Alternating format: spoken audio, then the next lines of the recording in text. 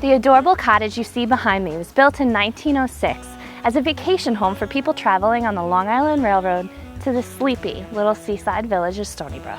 I'm Shaughnessy Dusling from eXp Realty, and this is the story of 7 Maple Avenue, Stony Brook. While hosting an open house, I met a woman who lives nearby. Her very dear friend used to live in the house from 1979 until 1989, and she had many lovely stories and found history to share. When I first saw this house, Bernie saw the potential. Her husband, Bernie, saw this potential. Well, when I walked in, all I saw was old. So we think that the original house was literally from that wall to that wall and probably the porch. And there was also a stone on the back of this property, and etched in the stone were the words Shady Nook. And so we referred to this house as Shady Nook. The doorbell.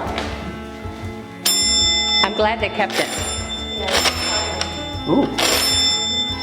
Wow. And this is the original door. But the original door, we had a purple or pink. It was a bright color, not a muted yellow or green.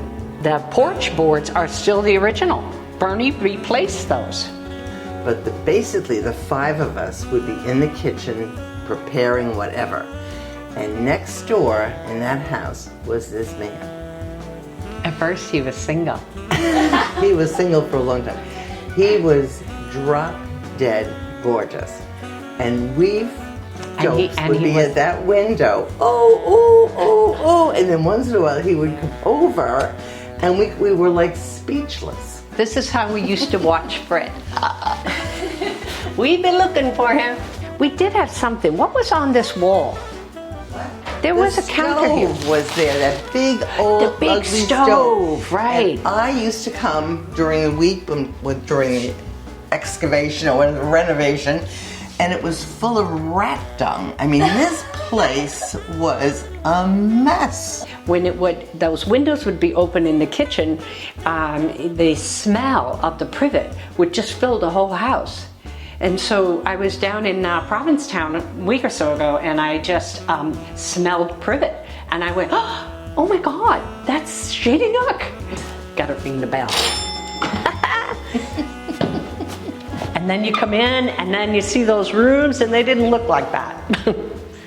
But the bedrooms literally are the same size that they were then. So basically, but the kitchen and the bathroom, to me, are like magical now. Well, these little jars were in the attic.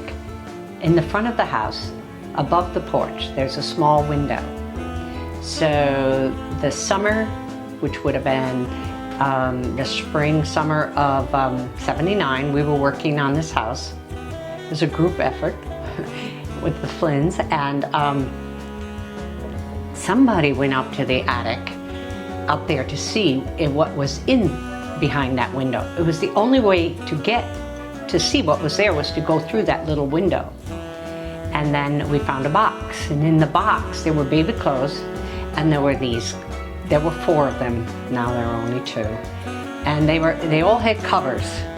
But since that, I've lost most of the covers, and but I do use them. I put my cotton balls in one, and my Q-tips in the other. Thank you.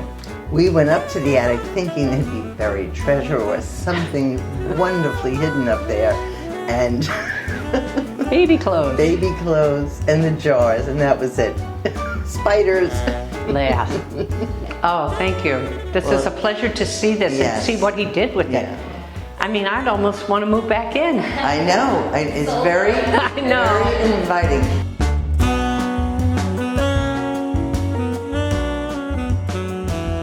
Meeting with these ladies and engaging in the history and the story that lives within these walls really made my day. Long Island is so rich in history, especially the 3 Village area. If you have a home with an interesting story to tell, call me. I want to hear it.